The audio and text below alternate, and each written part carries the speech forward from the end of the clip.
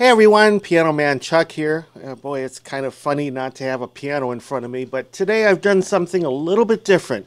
Today I'm going to present the 12 most popular pianos of 2014, the 12 most popular digital pianos, I should say. And we're talking about slab versions, not the furniture style versions, slab versions. And they're all 88 key pianos. So I put together a spreadsheet. And let's take a look at that spreadsheet right now. That spreadsheet consists of the 12 most popular digital pianos for 2014. And this first column model is in alphabetical order so that we don't favor any particular piano first. So basically, these are 7 manufacturers in these 12 piano models. So here they are: Casio Privia PX350 and PX5S, Kawai ES100, MP11, and MP7, Chord Chrome, Kronos, and Cross, Kurzweil Forte, Nord Stage 2, Roland RD800, and Yamaha CP4. Now we put together a lot of the things that people are interested in when they're looking for a digital piano. This is the kind of things that they're going to compare against when they're comparing one digital piano against the other.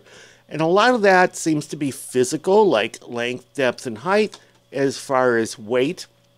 I mean, if you're going to be a gigging pianist, you don't want to carry something too heavy, and so on and so forth. But if you're going to be playing in the studio, and then it doesn't matter how heavy it is. So let's start out with length. Now the length category, in fact, let me go ahead and sort this all by length first. Okay, now we have it sorted by length. And the reason length is important is it depends on how long your piano is, your digital piano, but basically the shorter it is, the better chance you have of having that piano sit in the back seat of your car. Just by opening the door, throwing that piano in, closing the door, you're done.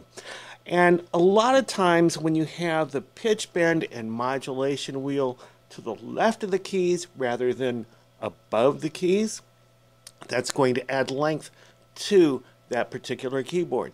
And the reason that's important is because if it gets too long, you cannot fit it in the back seat.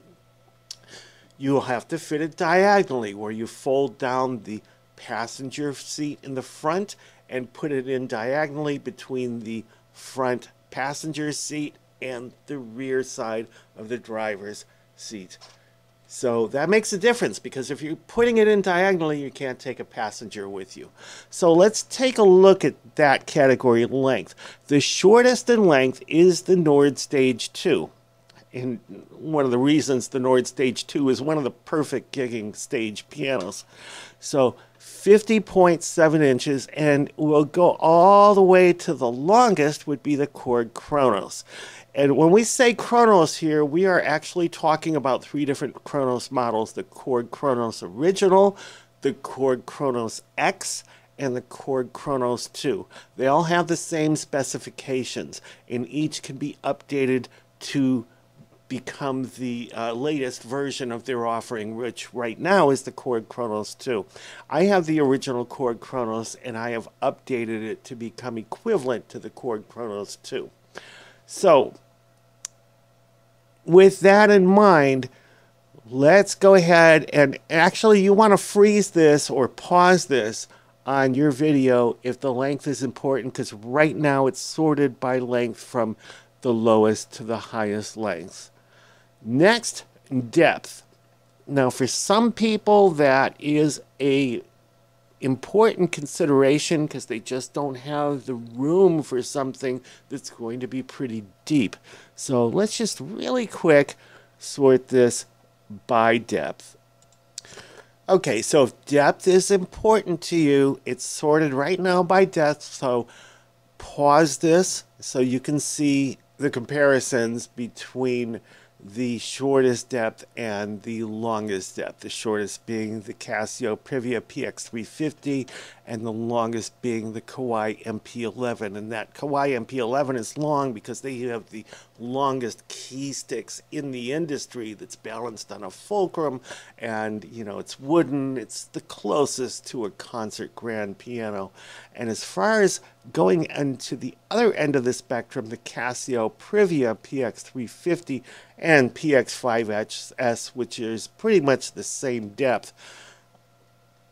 An X stand usually works fine, but it is so not deep that you might have trouble with it if you're using another type of stand, like if you're using a on-stage stand WS 8550 or something like that. You might have trouble with that. Okay, and as far as height, let's sort it by height, because some people that have a multi-tier stand, they may not have the height for one piano on the bottom or middle when they have another piano on the middle or top. So let's go ahead and sort that by height. Okay, so the shortest height is the Kawai ES100 at 3.9 inches. And the tallest height, again, not surprisingly, the Kawai MP11 at 7.25 inches. Now, again, let me apologize to the rest of the world. These measurements are all in inches and pounds. I'm part of the United States, so I have to go by that, but there are conversions for that. For instance, there's 2.2 pounds to a kilogram, 2.54 centimeters to an inch. So you can go from there.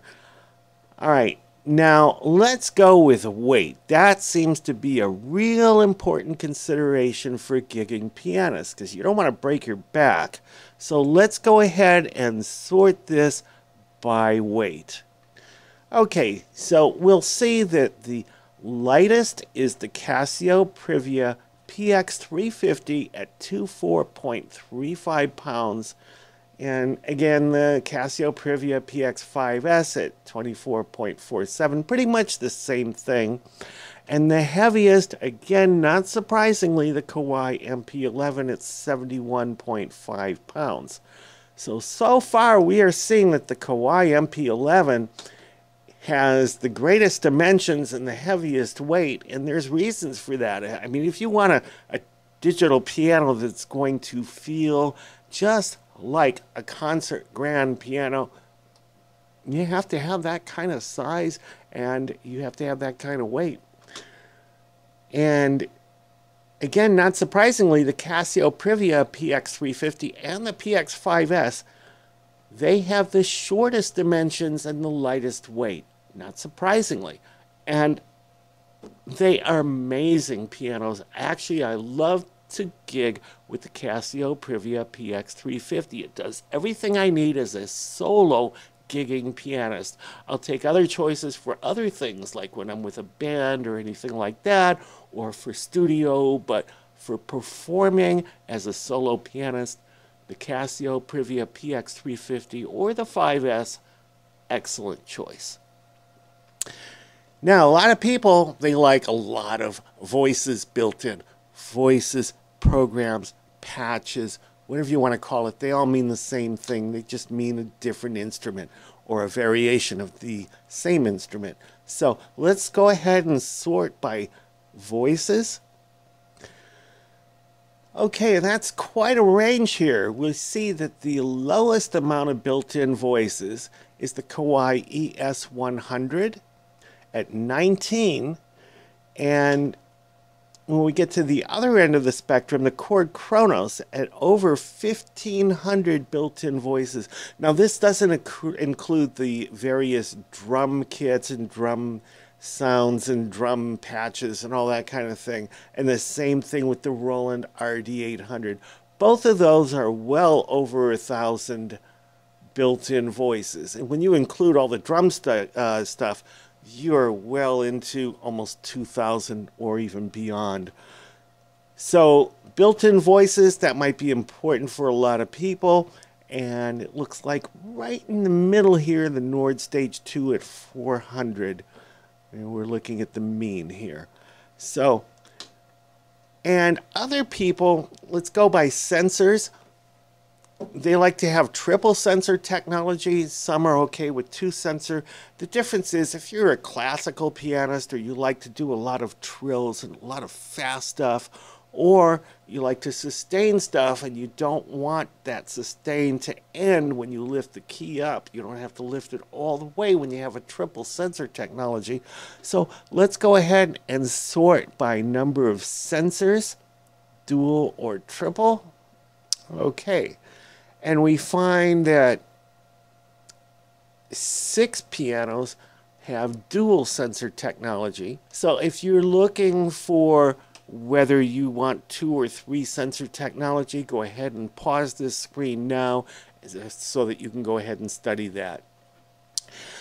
A lot of other people like to have a recorder so that they can record their performance.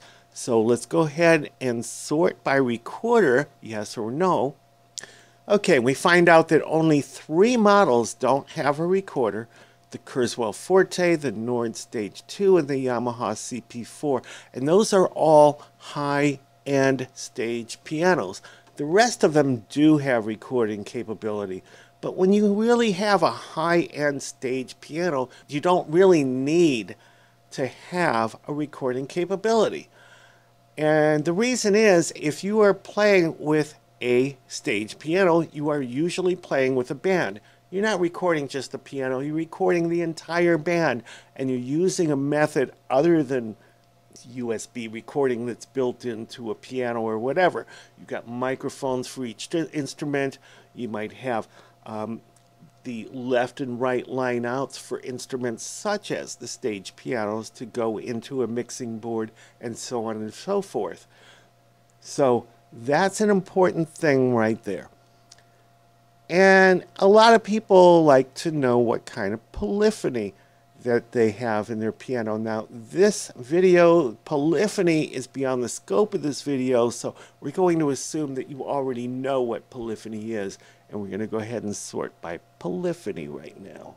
Okay, and this is a little bit different because down here on the last 4, it's not a straight number, whereas beginning at the very beginning, we see that the Kurzweil Forte, the Yamaha CP4, the Casio Privia PX350, the Roland RD800, those all have 128 note polyphony. Then you get the Kawai ES100 with 192 note polyphony.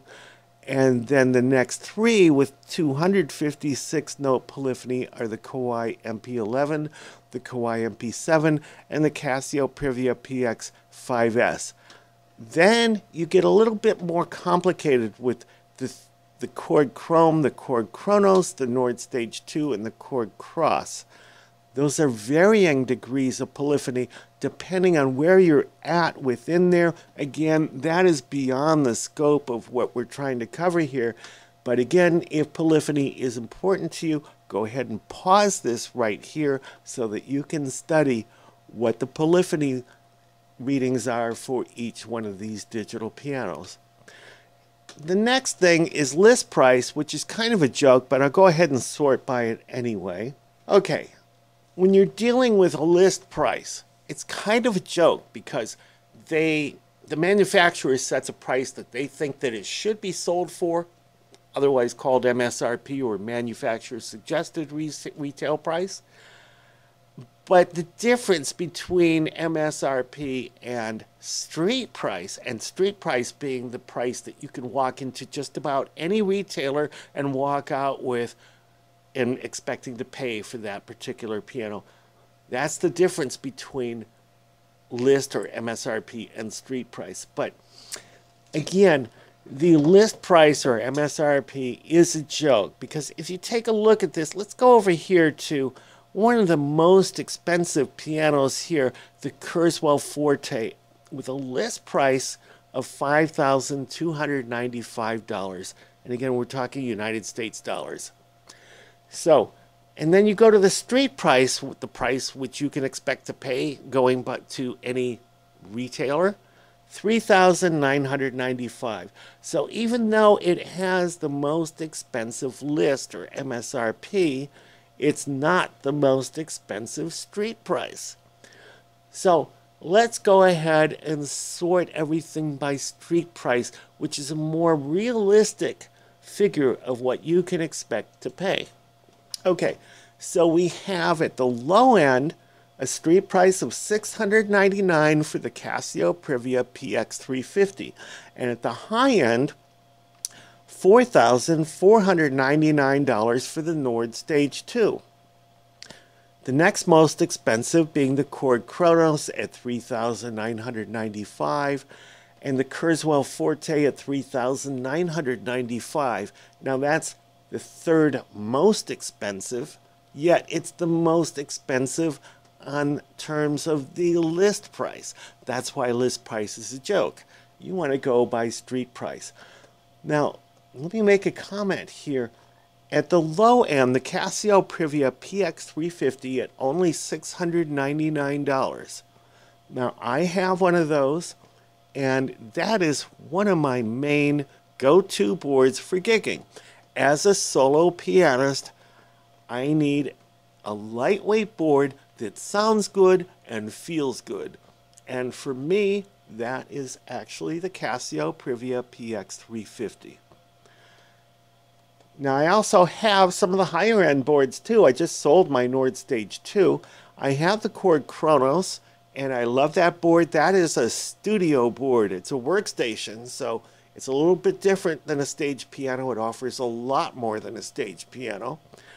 The Kurzweil Forte is probably one of the ultimate gigging stage pianos, being the best general purpose or all-purpose stage pianos for a number of reasons. The Kawai MP11 is probably the best pianist's piano for the studio. Can't get much more closer to a concert grand than you can with the MP11. And everything else, we're going to go ahead and have you pause this so that you can compare whatever it is that you're comparing. So that's pretty much it for the 12 most popular digital pianos of 2014 in a slab format, all of them again 88 key versions.